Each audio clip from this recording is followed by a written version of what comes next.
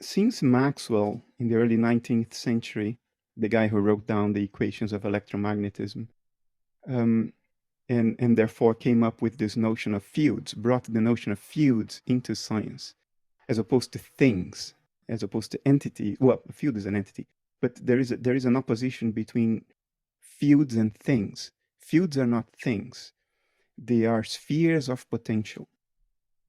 Um, Once that idea was inserted into science, it took off because we realized that we could make sense of a whole lot of seemingly insoluble problems with that. Um, um, Quantum electrodynamics represented the next step of bringing fields into science and beyond what Maxwell did, because Maxwell's fields apply to photons, um, electrons, but we extended that for every family of particles.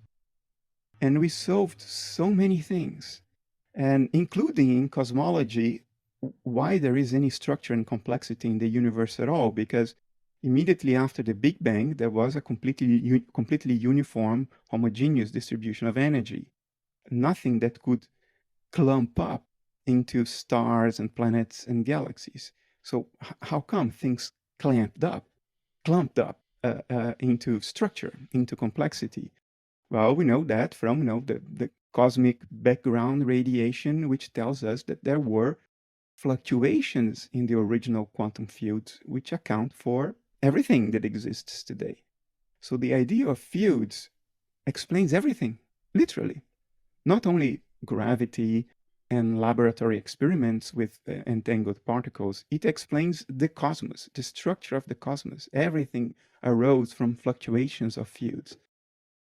If you buy into this idea and into idealism at the same time, the notion that all nature is a mind, then the field is a mind. What we call a field is a theoretical representation of subjectivity.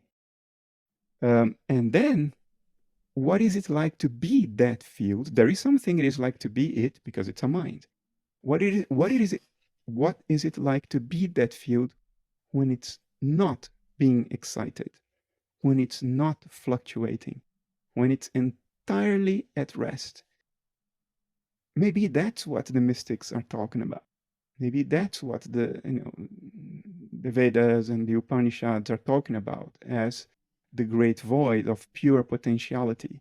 It matches extremely well with the notion of fields. If fields are not excited, then they are pure potentiality. There are no things when fields are not excited.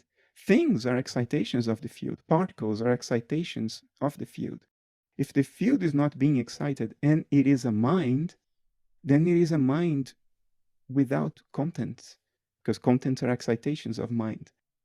What is that like? Maybe that's what people are talking about, and maybe that's what enlightenment is about, is to try to go through the noise of all the excitations of the field and try to discern that original core subjectivity without excitations that underlies everything.